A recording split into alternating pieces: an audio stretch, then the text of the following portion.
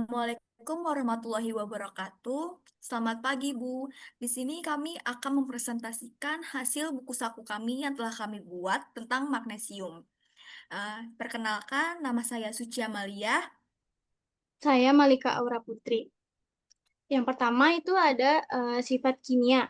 Sifat kimia magnesium adalah logam alkali tanah dengan nomor atom 12 bersifat reaktif larut dalam air sebagai ion magnesium.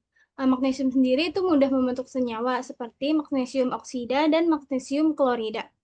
Yang kedua ada klasifikasi. Magnesium diklasifikasikan sebagai makromineral esensial, dibutuhkan lebih dari 100 mg per hari karena berperan penting dalam metabolisme tubuh. Yang ketiga ada fungsi magnesium. Yang pertama itu menjaga fungsi syaraf dan otot. Penting untuk penghantaran impuls saraf dan kontraksi otot, termasuk otot jantung. Yang kedua, mendukung kesehatan tulang. Sekitar 60% magnesium itu tersimpan di tulang dan membantu metabolisme kalsium dan vitamin D. Terus yang ketiga itu ada tekanan darah dan irama jantung. Magnesium membantu menjaga tekanan darah normal dan mengatur detak jantung. Yang keempat itu ada berperan dalam proses energi, terlibat dalam lebih dari 300 reaksi enzimatik, termasuk pembentukan ATP energi. Yang keempat itu ada absorpsi. Absorpsi telah terjadi di usus halus, terutama di ileum dan jejunum, melalui proses transport aktif dan difusi pasif, dipengaruhi kadar magnesium dan vitamin D. Yang kelima ada bioavailabilitas. Magnesium sendiri itu mulai dari 45 sampai 55%.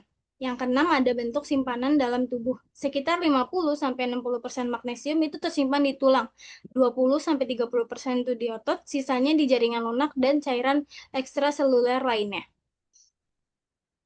Selanjutnya ada ekskresi. Pada magnesium diekskresikan terutama melalui urin, juga sedikit melalui fases dan juga keringat. Ginjal berperan besar dalam mengatur homeostasis magnesium. Selanjutnya ada sumber magnesium dalam 100 gram, yaitu ada sereal, biji labu, coklat bubuk, bayam, dan juga beras. Di sini sumber magnesium yang paling tinggi terdapat pada coklat bubuk, yaitu 545 mg.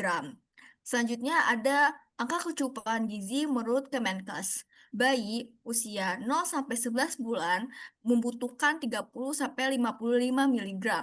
Anak usia 1 sampai 9 bulan membutuhkan 460 sampai 500 mg. Remaja pada usia 10 sampai 18 tahun untuk perempuan membutuhkan 170 sampai 230 mg, sedangkan pada laki-laki membutuhkan 160 sampai 270 mg. Sedangkan dewasa usia 19 sampai 49 tahun pada perempuan membutuhkan 330 sampai 340 mg, laki-laki membutuhkan 360 mg. Selanjutnya ada pada lansia. Pada usia kurang lebih 50 tahun, pada perempuan membutuhkan 340 mg, sedangkan pada laki-laki membutuhkan 360 mg. Menurut Kemenkes, pada ibu hamil dan menyusui cukup memenuhi kebutuhan magnesium harian seperti wanita dewasa pada umumnya. Tetapi menurut jurnal-jurnal yang saya baca, pada ibu hamil pada semua trimester dia itu membutuhkan 330 sampai 340 mg. Sedangkan pada ibu menyusui dari usia kandungan 0 sampai 12 bulan membutuhkan 330 sampai 340 mg. Selanjutnya di sini ada dampak defisiensi. Yang pertama itu terjadi pada otot. Ya, terjadinya tremor dan kram otot. Yang kedua ada terjadi pada jantung. Detak jantung tidak teratur dan juga terjadinya kejang otot pada jantung. Ketiga terjadi pada otak yaitu stroke, migrain dan juga kejang. Yang keempat ada tekanan darah. Terjadinya hipertensi yang memicu peradangan melalui aktivitas inflammasome. Terus yang kelima terjadinya resistensi insulin yang dapat meningkatkan risiko hiperglikemia dan resistensi insulin. Magnesium juga dapat menghambat reseptor NMDA dan pelepasan glumate serta menurunkan kerusakan saraf akibat kelebihan kalsium. Selanjutnya ada dampak kelebihan. Yang pertama ada gangguan saraf dan otot. Kelebihan magnesium bisa menyebabkan cemas, refleksi hilang, bahkan koma karena menekankan sistem saraf pusat. Yang kedua terjadi pada masalah jantung, dapat menyebabkan detak jantung lambat, tekanan darah turun, dan gangguan irama jantung. Yang ketiga terjadi pada pasien gagal ginjal, itu hipermagonesismia mempunyai resiko kematian dan aritma yang lebih tinggi.